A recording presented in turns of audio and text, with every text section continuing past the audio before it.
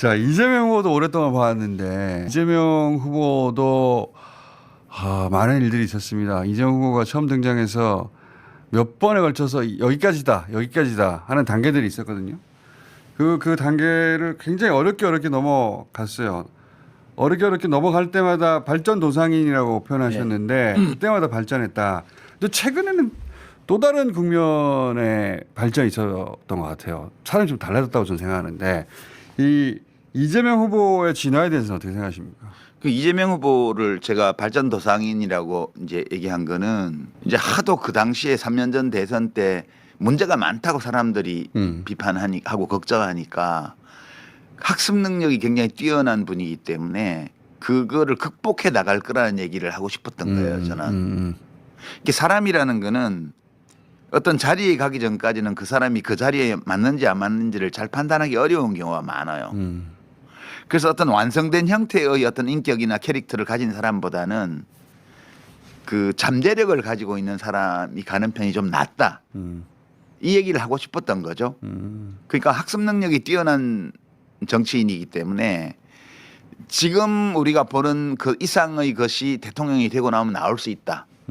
이렇게 보는 거예요. 그러니까 지금 이재명 후보는 정말 뭐 제가 처음 봤던 2010년 지방선거 그때하고는 아예 비교가 안 되고요. 전혀 다른 사람이에요. 예. 그리고 이제 도지사가 되었던 2014년 그때하고도 비교가 안 되고요. 그때 이재명 2014년, 2018년 그때하고도 비교가 안 되고요. 그때 뭐라고 그랬었냐면 많은 사람들이 그 반대편에서 말한 게 아니라 민주당 코어 지지층이 이재명은 여기까지다. 예. 그런 얘기 많았어요. 예, 왜냐하면 미숙하고 예. 어떤 한계가 있는 것처럼 보였거든요. 그리고 그런데 그 학습 능력으로 그 한계들을 계속 넘어가는 모습을 보여줬잖아요. 맞아요. 지금 보면 저는 예전에는 노무현 대통령하고 비슷한 점이 많은 정치인이라고 생각을 해왔는데 가면 갈수록 김대중 대통령하고 비슷해지고 있어요. 그러니까 어떤 차이를 느끼냐 하면 최근 모습은 주류 정치인이에요. 그러니까 이게 우리가 아직 인지를 못하는 건데 민주당은 오랫동안 비주류 세력이었어요. 우리 사회에서. 그리고 그 노무현 대통령 때 이제 김대중 대통령은 비주류의 주류였고요. 그렇죠. 노무현 대통령은 정치인으로서 비주류의 비주류였어요. 그랬잖아요. 그랬죠. 그리고 이제 문재인 대통령 시기를 거치면서 민주당 전체가 한국 사회의 주류로 진입을 했어요. 그러니까 이제 선거 기호를 1번을 가지게 된 거예요.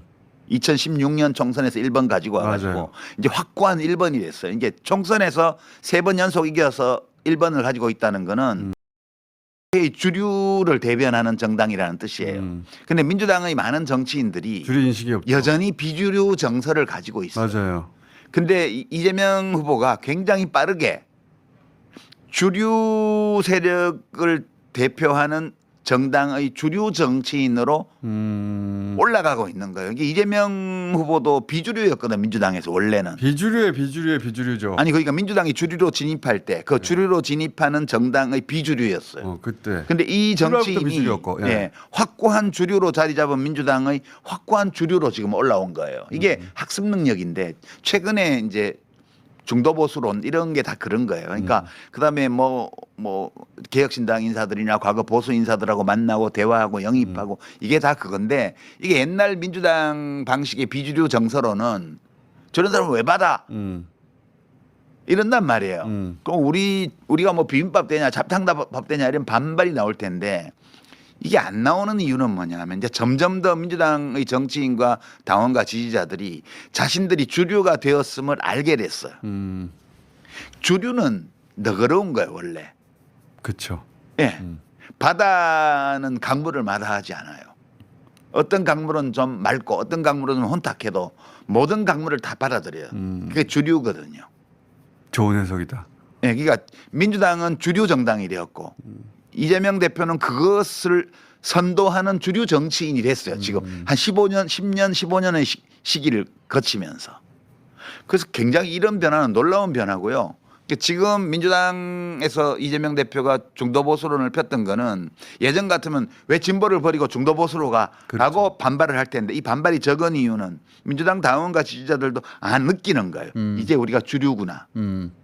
주류는 품이 넓어야 돼. 이런 사람 들어온다고 우리가 변할 리도 없고. 그렇죠. 우리가 몇 사람 이렇게 영입하고 보수 인사들이 선대위에 들어온다고 해서 우리가 바뀌지 않아. 이미 중도적인 위치에 와 있는 거예요. 이게 민주당의 기반이. 이러니까 유시민 작가가 필요한 겁니다. 그래서 이제 그 창비 이번 여름호에 권두 대담에 그 이남주 교수랑 백낙천 선생이 대담한 게 있는데 최근에 나온 책에 네. 거기 백낙천 선생은 변혁적 중도라는 말을 썼더라고요. 근데 저는 이재명 후보가 변혁적 중도를 이끌고 있다고 형성시키고 있다고. 그러면서 이제 변혁적 중도 이 두 가지 과제를 민생 한반도 평화 두 개로 잡으셨는데 저는 좀 더 다른 용어를 써요. 저는 유능한 중도라는 용어를 썼거든요. 유능한 중도. 예, 유능한 중도는 좌우를 통합해요. 능력이 부족한 중도는 찢겨나가요. 그러니까 이제 극중주의 표방했던 안철수 씨가 한때는 민주당 쪽으로 기울었다. 그다음에 국힘 쪽으로 기울었다. 돼버리잖아요. 네. 그게 능력이 부족한 중도는 그렇게 돼요. 근데 지금 이재명 대표는 민주당 안에서 자리를 잡아가지고 이 민주당 전체를 가운데로 끌고 가고 있습니다. 이게 유능한 중도거든요. 유능한 중도는 좌우를 통합해요. 좌우가 빨려 들어가죠. 그렇죠. 그게 이제 90년이 강하기 때문에요. 그래서 이제 한 사회가 잘 될 때를 보면 민주주의 사회가 중도 진보 중도 보수가 유능할 때 그때 극단주의 세력이 약해지고 정치가 조금 더 생산적인 쪽으로 가게 돼요. 그 전우영 교수가 그런 표현을 썼는데 이거 맥이 닿는 이야기인 것 같아요. 김영삼, 김대중이 실패했던 단일화 그리고 3당 합당하고 그때 만들어졌던 틀대로 지금까지 왔는데 김대중, 김영삼 실패했던 단일화를 이재명이 하고 있다. 그 정도가 아니에요. 지금 이게 1987년 대선 때 민정당의 노태우 후보가 38%인가 득표해서 대통령이 됐어요. 그게 역대 대통령 중에 최저 득표율이거든요.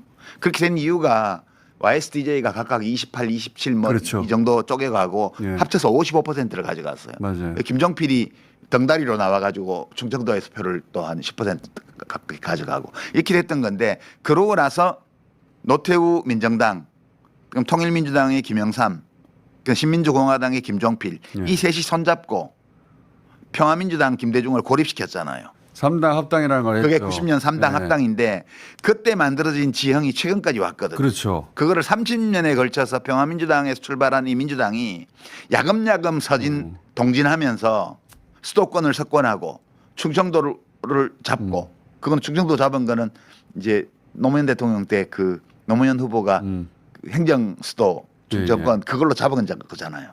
그리고 이제 4.3으로 제주도 잡고 그리고 야금야금 동쪽으로 전진해서 PK를 많이 지금 회복을 했습니다. PK가 원래 야도였는데 그렇죠. 3당 합당하면서 김영삼과 함께 넘어가 버렸고 지금 만약 이번 대선에서 PK 쪽에서 이제 이재명 후보가 더 많은 득표를 한다면 이게 역 3당 합당 효과예요. 그러니까 그 호남을 고립시키는 그 지역주의 구도, 거대 보수당의 이 지배하는 지역주의 구도가 이게 이제 보수의 기술이었는데 1990년에 만들어졌는데 이게 지금 35년 동안 해체의 과정을 걷다가 이번에 무너지는 거예요. 그러니까 이거는 어마어마한 구조 변화. 어마어마한 거죠. 될지 안 될지는 모르겠어요.